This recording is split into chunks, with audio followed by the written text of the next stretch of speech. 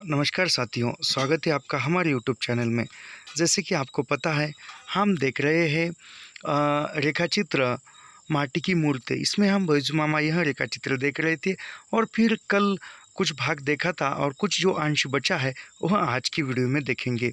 इसके पहले भाग में हमने इस रेखाचित्र में देखा था जो कि वहाँ बैजू मामा की रिहाई होने वाली थी और उनको होली के अवसर पर कुछ वहाँ पकवान देने के लिए जा रहे थे। पकवान के तौर पर उनको कम दूध में ज़्यादा पानी डालकर खीर बनाकर देने वाली थी और वह यहाँ तक हमने देखा था। और उसी दिन जिस दिन होली थी और होली के अवसर पर उनको पकवान भोजन करने के लिए देने वाले थे और उसी दिन जो है वो बैजू मामा की रिहाई जेल से होने वाली थी। यहाँ तक हमने देखा था। इसके आगे का भाग आप बैजू मामा ने जमादार साहब से बहुत ही गिड़गिड़ा कर आरजू मिन्नत की कि किसी तरह जेलर बाबू से कह सुनकर उनकी उनकी रिहाई की तारीख एक दिन और बढ़ा दे। यानी वह पंच पकवान जो हो रहा है उसको देखकर वह बैजू मामा जेलर साहब से कहते हैं कि गिड़गिड़ाते हैं, विनती करते हैं कि जेलर बाबू से कहकर या जेल साहब बड़े साहब से कहकर मेरी जो रिहाई की जो तारीख है एक दिन और बढ़ा कर दीजिए। ऐसा वह कहते हैं कि तारीख एक दिन और बढ़ा दे। लेकिन जमादार साहब ने पहले समझा कर फिर डांट कर कह दिया कि ऐसा हो नहीं सकता। यानी वह कहते हैं कि साहब जो है वह कहते हैं कि फिर समझाया और फिर डांट कर कहा कि ऐसा हो नहीं सकता। तुम्हारी जो रिहाई की जो तारीख है यानी जेल से तुम्हें छूटने की तारीख है वह बढ़ाई नहीं जा सकती है। नहीं जा सकती है। रिहाई का दिन पहुंचा यानी रिहाई का दिन आ गया। वहाँ गेट पर लाए गए दोनों तो उन्होंने देखा पुए बनाने के लिए तेल और कहाड़े भीतर भेजे जा रहे हैं।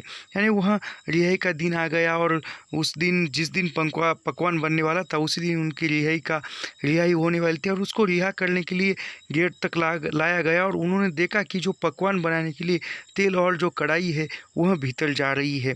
पकवान के इन सामानों को देखकर उनकी आंखें छलछलाई आई। यानी वह देखे कि वह पकवान बनने के लिए अंदर सामान साहित्य जा रहा है तो वह देखकर वह उनकी आंखों में आंसू आ गए बैजू मामा के। जेलर साहब का ध्यान बैजू मामा की ओर आकृष्ट हुआ। भला उनको कौन नहीं पहचानता। यानी जेलर साहब ने बैजू मामा की तरफ देखा और वह आकृष्ट हुए और उनको सभी लोग जानते थे। जेलर साहब ने समझाया, शायद ये आंसू आनंद के या पश्चाताप के हैं। यानी जेलर साहब ने समझा कि उनकी आंखों से जो आंसू निकल रहे वह आंसू पश्चाताप के या आनंद के होंगे। आनंद के तो वह आप जेल से छूट रहा है इसके होंगे। ऐसे वो समझ रहे थे। जेलर साहब ने समझा शायद ये आंसू आनंद के या पश्चाताप के यानी पश्चाताप के होंगे कि मैंने इतनी दिन सज़ा काटी। यह पश्चाताप करते होंगे कि ये जो पर कह बैठे क्यों बैजू आप तो फिर नहीं आओगे ना। यानी वह जेलर साहब कहते हैं बैजू से, क्या तुम आप फिर तो नहीं आओगे ना। हाँ मत आना, अब तुम बूढ़े भी हुए। उनका यह कहना था कि बैजू मामा की आंखों में सावन भादो उमड़ आए और रूंधे हुए गले से बोले। यानी वह जेलर साहब का कहना था कि जो वह बूढ़े हो गए और उनकी आंखों से आंसू आ रहे और वो रोंदे हुए कुछ बोले, बाबू मेरी तकदीर फूट गई बाबू। यानी वो कहते हैं कि बैजू मामा उस साहब से कि बाबू मेरी तकदीर जो है वह फूट गई। जेलर साहब शरीफ मुसलमान वह यह सुनकर घबरा गए। यानी वह जेलर साहब जो थे एक शरीफ मुसलमान थे, यह सुनकर वह घबरा गए। यह क्या बात हुई। यानी वो कहते कि यह क्या बात है क्यों तुम्हारी तकदीर फूट गई। यह सुनकर पूछा क्या हुआ है बताओ बैजू। यानी वह जेलर साहब कहते कि बताओ क्या हुआ है बैजू। कोई गमी की खबर आई है क्या। वह मन ही मन सोचने लगे। बैजू मामा बोले, हुजूर आपका इसमें क्या हाथ, मेरी ही तकदीर फूट गई बाबू। यानी वह कहते हैं कि कोई गमी की खबर आई है क्या। वह मन ही मन सोचने लगे। वो साहब जो है सोचने लगे। तभी बैजू मामा बोलते हैं कि हुजूर आपका इसमें क्या हाथ है क्या, मेरी ही तकदीर फूट गई। यानी वो मेरी ही तकदीर फूट गई ऐसा कहते। अरे क्या हुआ बैजू। जेलर साहब की उत्सुकता में आप करुणा की मंदाकिनी मिल गई थी। यानी वो करुण भरे स्वर में एक स्नेह से बोल रहे कि अरे क्या हुआ बैजू, तुम ऐसी बातें क्यों करते हो। इधर बैजू मामा की आंखों के बादल में झड़ी लग गई और हिचकियाँ लेते हुए बोले। यानी वह उसकी आंखों से आंसू बह रहे और वो हिचकियाँ देते हुए बोल रहे, हाय सरकार, जब जल और कहाड़े भीतर जा रहे जा रहे हैं तो मैं बाहर जा रहा हूँ। यानी वहाँ कहते हैं कि हाय रे सरकार, जिस दिन यहाँ पकवान बनाने का दिन है उसी दिन मैं जल से बाहर जा रहा हूँ। भरे बर्तन के दिन मैं निकल यानी वो भरे बर्तन की, यानी उस दिन जिस दिन पकवान है उस दिन मैं बाहर जा रहा हूँ, रिहा हो रहा हूँ। वहाँ आगे बोल न सके। इधर जेलर साहब ठटकर हंस पड़े और जेब से 1 रुपया निकाल कर बैजू मामा को देते हुए बोले। यानी यह सुनकर जेलर साहब भी हंसे और हंसकर उन्होंने अपने जेब से 1 रुपया निकाला और बैजू की तरफ देते हुए बोले, बैजू को देते हुए कि जाओ बाज़ार में इसी के पूरे खरीद कर खा लेना। यानी वो कहते हैं कि 1 रुपये से बाज़ार में जो चाहिए वह खरीद कर खा लेना।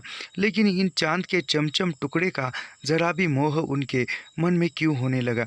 यानी वह जो मोह थे उनके मन में भोजन का होने लगा। रुपया लेकर जेलर बाबू के पैर पर रख दिया और 1 दिन के लिए और जेल में रख जाने की विनती की। यानी वह रुपया लिया और फिर जेलर साहब के कदमों में रखा और कहा कि मुझे 1 दिन और जेल में रखा जाए, ऐसे विनती की। जेलर साहब ने इस बारे में अपनी असमर्थता दिखाई। रुपया बार बार के आग्रह पर भी नहीं लेकर धोती की खुट से आंसू पोंछते बैजू मामा बाहर चले गए। यानी जेलर साहब न चाहकर भी उसको रोक न सके, क्योंकि वह उनके भी कुछ आदेश थे कि उस दिन रिहा करना होगा। और वह बैजू मामा करते कि आज के दिन, क्योंकि पकवान बनने वाले थे और बैजू मामा जेल में रुकना चाहते थे, लेकिन उनको नहीं रुका और फिर वह अपनी धोती से आंसू पोंछते चले गए। बाहर चारों ओर होली का हुड़दंग मचा था। यानी बाहर चारों तरफ होली का त्यौहार था। रंग अजीब उड़ रही थी, गाने बजाने हो रहे थे। यानी रंग उड़ रहे थे, रंग खेल रहे थे और गाने बजाने का कार्यक्रम हो रहा था। जेल से जो 3 आगे पैसे मिले थे उनका सत्तू खरीद कर बैजू मामा ने खाया और दिन भर इधर उधर अन्नमय वक्त तमाशे देखते रहे। यानी जेल से जो भी उसको पैसे मिले थे वहाँ उन्होंने सत्तू खरीद कर खाया और दिन भर यहाँ वहाँ वह होली देखते हुए घूमते रहे, तमाशे देखे। शाम को स्टेशन के माल गोदाम के सामने जाकर लेटे रहे और कुछ अंधेरा होने पर बैलगाड़ी के निकट बंधे जोड़े बैल को खोलकर ले चले। यानी वहाँ पर वो स्टेशन के सामने जाकर वहाँ पर सो गए और कुछ दिन जो माल की जो बैलगाड़ी है वह आई और फिर वहाँ से उठकर उन्होंने बैलगाड़ी से बैल छोड़े और उसको लेकर चल पड़े। गाड़ीवान दिन भर के धूम धड़के से कुछ ऐसा मत्स्य होकर सोया था कि उसे कुछ सूध नहीं रह गई थी। यानी गाड़ीवान जो था वह दिन भर की भागदौड़ से वह बेसुध होकर सो गया था और गाड़ीवान को खबर नहीं थी कि उसके बैल कोई ले गया।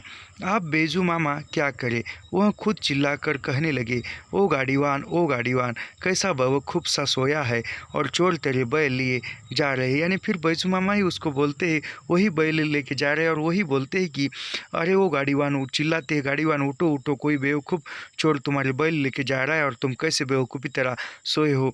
बैल शब्द कान में पड़ते ही गाड़ीवान चौंक उठा और जिस ओर से आवाज़ आई थी दौड़ा। यानी फिर जिस ओर से आवाज़ आई बैल शब्द सुनकर वह सोया हुआ गाड़ीवान उठा और जिस ओर से आवाज़ आई उस ओर वह दौड़ा।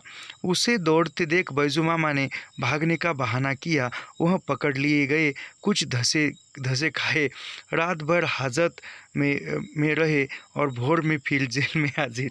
यानी वो फिर उनको पकड़ाया गया और वह आ रहा है, तभी वह कुछ भागने का बहाना बनाया और फिर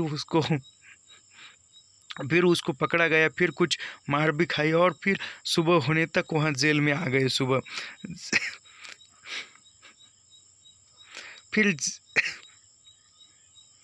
फिर जेल भर में हल्ला हो गया। फिर जेल भर में हल्ला हो गया कि बैजू मामा आ गए। बैजू मामा, क्योंकि वह तो कल ही छूटा था और फिर आज आ गया, किंतु बैजू मामा तो जल्द आकर मेट से मिले और कहाँ पुए रखे हैं लाना तो मेड सही। यानी वो कहते कि कहाँ वो पकवान रखे हैं, लाना तो मेड भाई, ऐसा वो कहते हैं। मेड हंस रहा था। बैजू मामा उससे कह गए थे कि 2-1 पुए मेरे लिए ज़रूर चुरा कर रख देना, ज़रूर आऊँगा। वो जाते समय बैजुमा वहाँ के नौकर मेड से कह गए थे कि मेरे लिए कुछ पकवान तुम बचा कर छुपा कर रखना, मैं कल आऊँगा, और वो कल आ ही जाते हैं। बैजुमामा अपने ज़रूर को ज़रूर सार्थक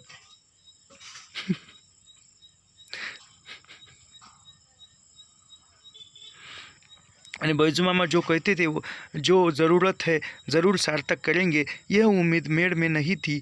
यूं ही जो ही पे मेड ने कहा, पुए कहाँ रखे, बैजुमामा की आंखें से झरझर आंसू झरने लगे। यानी वो कहती कि पुए कहाँ रखे, यानी पकवान तो रखे नहीं, और फिर बैजुमामा की आंखों से आंसू टपकने लगी।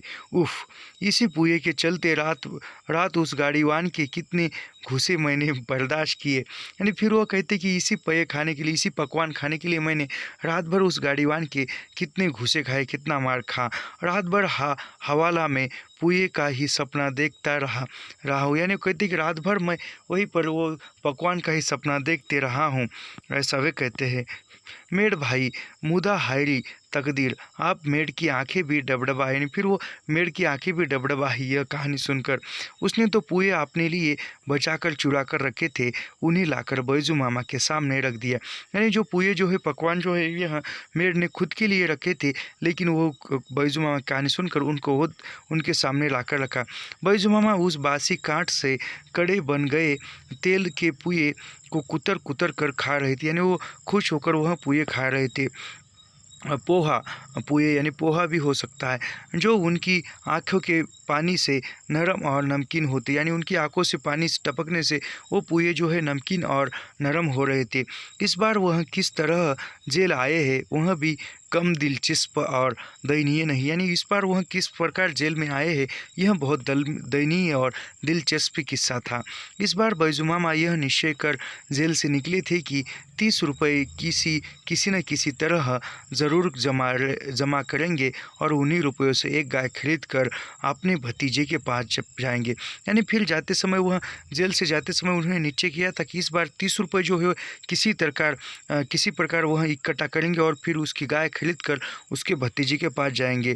गाय की डोर पकड़े जब वह लगभग 30 वर्षों के बाद अपने गांव में घुसेंगे, तो गांव कैसा दिख पड़ेगा। यानी वो 30 वर्षों के बाद गांव में गाय को हाथ में, गाय की रस्सी हाथ में लेकर जाएंगे, तो गांव कैसे दिखेगा, लोग उन्हें पहचानेंगे या नहीं, वह किस तरह अपना परिचय देंगे। यानी फिर वह सोचने लगे कि वह गाय के साथ गांव में जाएंगे तो गांव के लोग उनको पहचानेंगे या नहीं, और वह किस प्रकार उसको गाँव वालों को परिचय दे। आदि की कल्पना में विभोर होते हुए ही उन्होंने जेल से बाहर कदम रखा था। यानी वह वही सभी कल्पना करते हुए उन्होंने जेल से बाहर कदम रखा था। शुरू में मालूम हुआ इस बार तकदीर पक्ष में है, बड़ी चोरी में बड़ा खतरा है। यानी वो इस बार जो तकदीर यानी नसीब भी साथ देने वाली है, और बड़ी चोरी में बड़ा खतरा होता है, ये भी जानते थे, और खतरा लेने का इस बार मौका नहीं था। यानी कोई खतरा लेने का मौका भी नहीं था, इसलिए छोटी छोटी चोरियाँ 30 रुपये के लिए शुरू की। यानी छोटी छोटी कुछ चोरियाँ 30 रुपये इकट्ठा करने के लिए शुरू की। एक होटल से 2 लोटे उठाए, 2 रुपये में बेच दिए। यानी एक होटल से उन्होंने 2 लोटे उठाए और 2 रुपये में बेच दिए। एक मंदिर के अहाते से 2 कंबल मार लिए, यानी 3 रुपये उसने पाए। यानी वह एक मंदिर से उन्होंने 2 कंबल उठाए और वह 3 रुपये को बेच दिया, और उसको उस 3 रुपये को बेचा, 3 रुपये, 3 और 2 5 रुपये हुए। एक वकील साहब के बरामदे से एक शॉल उचक लाए, 4 रुपये आए। यानी एक वकील साहब के बरामदे से उन्होंने शॉल चुरा कर लिया और बेच दिया, उससे उसको 4 रुपये मिले। सबसे बड़ा शिकार एक गोदाम से एक बोरे लाल मिर्च का किया। यानी वो एक गोदाम से उन्होंने एक लाल मिर्च का जो गोनी होती है वह उठाई, जिससे उन्हें नगद 12 रुपये मिले। यानी वह मिर्च बेचकर उसको 12 रुपये मिले। अब बैजुमामा के पास 21 रुपये थे, सिर्फ 9 रुपये की कमी थी। यानी उसको गाय खरीदने के लिए 30 रुपये चाहिए थे, और उसके पास 21 रुपये इकट्ठा हो गए और 9 रुपये की कमी थी। मिर्ची की चोरी सबसे अच्छी। एक दिन जब वह शहर के बाहर शौच को जा रहे थे, यानी एक दिन वह शौच को जा रहे थे वॉशरूम को शहर के बाहर, उन्होंने खेतों में लाल मिर्च लगे देखे। यानी खेतों में जो लाल मिर्च है पौधों पर लगे हुए देखे। कौन जाने शहर की चोरी में किसी दिन पकड़ा जाऊँ। यानी वो कहते कि कौन जाने शहर की चोरी चोरी करता हूँ तो किस दिन पकड़ा जाऊँ, क्या पता। क्यों न रात में मिर्ची के खेत में पहुँचूँ और थोड़ा थोड़ा मिर्चा तोड़ कर बेचता जाऊँ। यानी मिर्ची के खेत में जाकर मिर्चियाँ रात के समय में तोड़कर थोड़ी थोड़ी बेच जाऊँ। यही 10-15 दिन लगेंगे, लेकिन खतरे से तो महजूब रहूँगा न, ऐसा सोचकर वह प्रति रात मिर्ची के खेत में जाते।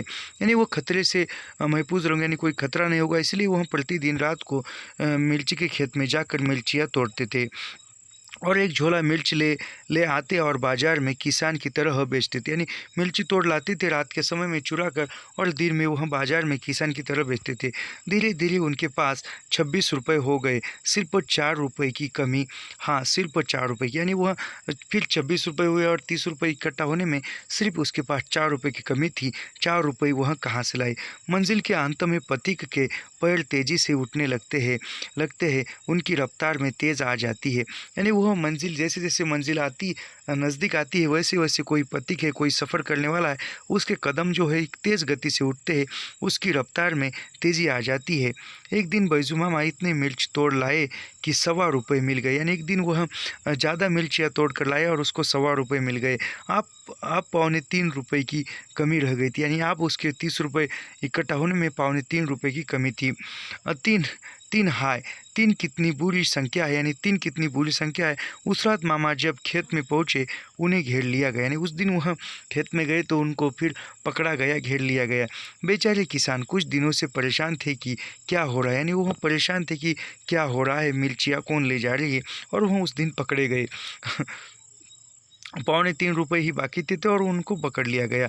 उनकी खेत उजड़ रही थी, यानी उनकी खेत की मिर्चा गायब हो रही थी और वह खेत जो है उजड़ रही थी। कई दिनों से वह वह घुन्नी लगाए हुए थी कि 8 चोर को उन्होंने देख लिया और दौड़ पड़े। मामा भागे भी तो किस ओर, यानी वह फिर उसको देखा और मामा भागे थे तो किस ओर। उन्हें एक अक्ल सूझ गई। जितने मिर्च तोड़े थे सब झटपट अलग अलग अगल बगल फेंक दिए और इस तरह बैठ गए कि जैसे वहाँ सोच से निवृत्त हो रहे हैं। चारों ओर से लोग घेरे हुए हैं, बोले नहीं।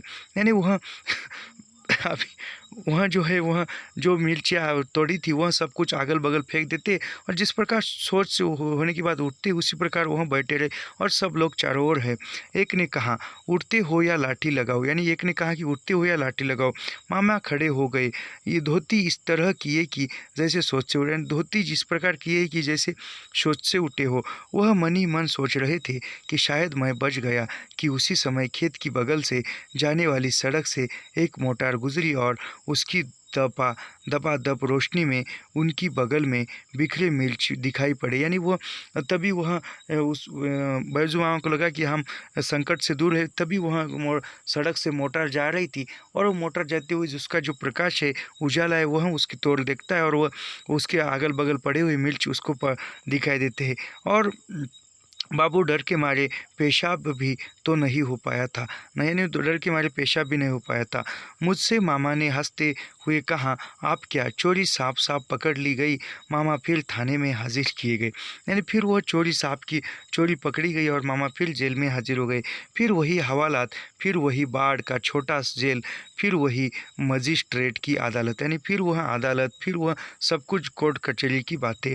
लेकिन इस बार विशेषता यह हुई कि किसी तरह पुलिस ने पता लगाया कि मामा पुराने मुजरिम है। फलतः उन पर सेक्शन लगाने की तैयारियां की, यानी वो मामा जो है पुराने मुजरिम है और फिर इस बार सेक्शन यानी कुछ कलम लगाकर ज़्यादा। नौजवान मजिस्ट्रेट ने पुलिस की बात मान ली, यानी जो मजिस्ट्रेट जो है उसने पुलिस की बात मान ली। दरोगा ने गोलियां देते हुए कहा, बूढ़े इस बार तुम्हें 5 साल के लिए चक्की पीसनी होगी। यानी वो जेलर ने कहा कि इस बार जो सज़ा हुई है 5 साल के लिए और 5 साल तुम्हें चक्की पीसनी होगी। सेक्शन जज एक बूढ़ा आदमी था। जब उसने मामा से कसूर के बारे में पूछा तो मामा ना ही कर सके, झूठ कैसे बोलते, भला हाँ एक अर्ज की। यानी फिर वह जेलर जज जो था वह भी बूढ़ा आदमी था और उसने बोला और मामा ने भी झूठ नहीं बोला, जो भी वो सच बताया। लेकिन एक अर्जी की विनती की, हुजूर सुनते हैं सरकार 25 साल काम करने पर अपने नौकरों को पेंशन देती है। हुजूर भी बूढ़े हुए, यानी वो कहते हैं कि सरकार जो है 25 वर्ष काम करने के बाद सरकार जो है वह अपने अफसरों को नौकरों को पेंशन देती है। हुजूर भी बूढ़े हुए आप पेंशन पाएंगे, यानी वो जज को कहते कि आप भी बूढ़े हुए हैं, आपको भी पेंशन मिलेगा। मैंने 30 साल जेल में रहकर सरकार का काम किया है, दुहाई सरकार। यानी वो कहता है कि मैंने 30 साल जेल में रहकर सरकार का काम किया है और दुहाई धर्म लाची है, काम करने में कभी कोताही नहीं की। यानी वो कहते हैं कि मैंने काम करने में कभी हिचकाई नहीं की है और मैंने ईमानदारी से जेल का काम किया है। जेलर साहब को बुलाकर पूछिए, जमादार साहब को बुलाकर पूछिए, बैजू बिना काम किए रोटी नहीं खा सकता। यानी वो कहते हैं कि जेल के जेलर साहब को या वहाँ के जमादार साहब को बुलाकर पूछिए कि बैजू मामा बिना काम किए रोटी भी नहीं खाता था सरकार। अब 30 साल की इस गाढ़ी मेहनत के बाद हुजूर क्या इस बूढ़े को भी वो भी पेंशन का हक नहीं है। यानी वो कहता है कि मैंने 30 बरस तक जेल में काम किया है और मैं बूढ़ा हो गया हूँ, आप मुझे भी पेंशन का हक नहीं मिल सकता। दुहाई हुजूर की, दुहाई माँ बाप की, आप इंसाफ कीजिए। यानी वो कहते हैं कि दुहाई करता हूँ माँ बाप, मैं विनती करता हूँ मेरे साथ इंसाफ कीजिए, ऐसा कहते हैं। हुजूर से इंसाफ न मिला तो यह बूढ़ा और कहाँ कहाँ जाएगा। यानी वो कहता है कि हुजूर आपसे इंसाफ न मिला तो मैं बूढ़ा कहाँ जाऊँगा, ऐसा वो कहते हैं। यह अजीब यह अजीब दलील थी, किंतु दिल पर इसका असर भले ही हो, दिमाग पर यह क्या असर ला सकता था भला। यानी वो दिल पर असर हो सकता है लेकिन दिमाग पर असर कैसा लग सकता है। और जज को बंधा है कानून की किताब से, यानी जज को जो कानून की किताब से बंधा है, जज भी कानून के या जो भी नियम है उसके आगे नहीं जा सकता। उस कानून की किताब के अनुसार सज़ा के लिए कानून की किताब से, उस कानून की किताब के अनुसार सज़ा के लिए जो ज़रूरी बातें चाहिए सब हाजिर। यानी जो भी सज़ा पाने के लिए, सज़ा देने के लिए बातें चाहिए वह सब कुछ हाजिर थी। चश्मदीद गवाही या अपराध की स्वीकृति, वह किताब जज को यह हक कहाँ देती कि वह देखे कि अपराध क्यों किया गया। यानी वह उस किताब के अनुसार, वो जो भी नियम है उसके अनुसार सब कुछ अपराध की यानी गवाहियाँ थी, अपराध स्वीकृति थी। लेकिन वह जज साहब के पास था लेकिन वह किस प्रकार वह करे, यानी वह किस प्रकार पेंशन दे या किस लिए चोरी की, वह उस किताब में नियम नहीं थे वह जानने के लिए। उसमें समाज कहाँ तक अपराधी है और आदमी कहाँ तक, इसमें यानी उसमें समाज कहाँ तक अपराधी है और आदमी इंसान कहाँ तक अपराधी है, यह भी कुछ नहीं था। आदमी के कृत्य में परिस्थितियों का कहाँ तक हाथ है, आदि फिर, यानी किस परिस्थिति के कारण आदमी ने चोरी की है, यह जानने की उस किताब में कहाँ बात थी। फिर आदमी के भीतर जो इंसानियत है उसे उभरने देने और अपराधी को सही रास्ते पर चलने में मदद करने की और ध्यान देना तो उस किताब में जैसे हराम हो। यानी उस किताब में अपराधी को इंसानियत के नाते देखना या इंसानियत के नाते सोचना, यह उस किताब में, या इंसानियत के नाते अपराधी की मदद करना उस किताब में यह कहाँ है, और है भी तो यह हराम है या उस नियमों के खिलाफ है। जज बेचारे बूढ़े थे, सहृदय थे, लेकिन जो किताब उन्हें रोटी दे रही थी, इस बुढ़ापे को आराम से बिताने में मदद पहुंचा रही थी, उसकी उपेक्षा वह कैसे करते बेचारे। यानी जज भी मजबूर थे, जज भी बूढ़े थे, सहृदय थे, यानी वह उस बैजू मामा की अवस्था समझे थे। लेकिन जो जिस किताब में जज को रोटी दी है बुढ़ापे में, वही आरामी का सहारा है, और वह जेलर जज भी बेचारे कुछ नहीं कर सकते। उन्होंने शायद कभी शेक्सपियर की मर्चेंट ऑफ वेनिस पढ़ ली थी, इसलिए अपने इंसाफ पर इस बार रहम का मुलम्मा चढ़ाने से वह नहीं रुक सके। यानी उन्होंने जो मर्चेंट ऑफ वेनिस नामक जो शेक्सपियर की किताब है वह पढ़ ली थी जज ने, और इसके लिए उसने रहम खाकर मुलम्मा चढ़ाने में वही रुक सके। इस बार बैजू मामा को सिर्फ 1 साल की ही सज़ा हुई, यानी इस बार बैजू मामा को सिर्फ 1 साल की सज़ा हुई। यहाँ तक हमारा जो बैजू मामा रेखा चित्र है 2 भागों में समाप्त हुआ, कल एक भाग और आज एक भाग। तो ऐसे ही लाइन टू लाइन, पंक्ति दर पंक्ति अध्ययन करने के लिए हमारे चैनल को सब्सक्राइब कीजिए, लाइक कीजिए और शेयर करना मत भूलिए। मिलते हैं अगले वीडियो में, धन्यवाद।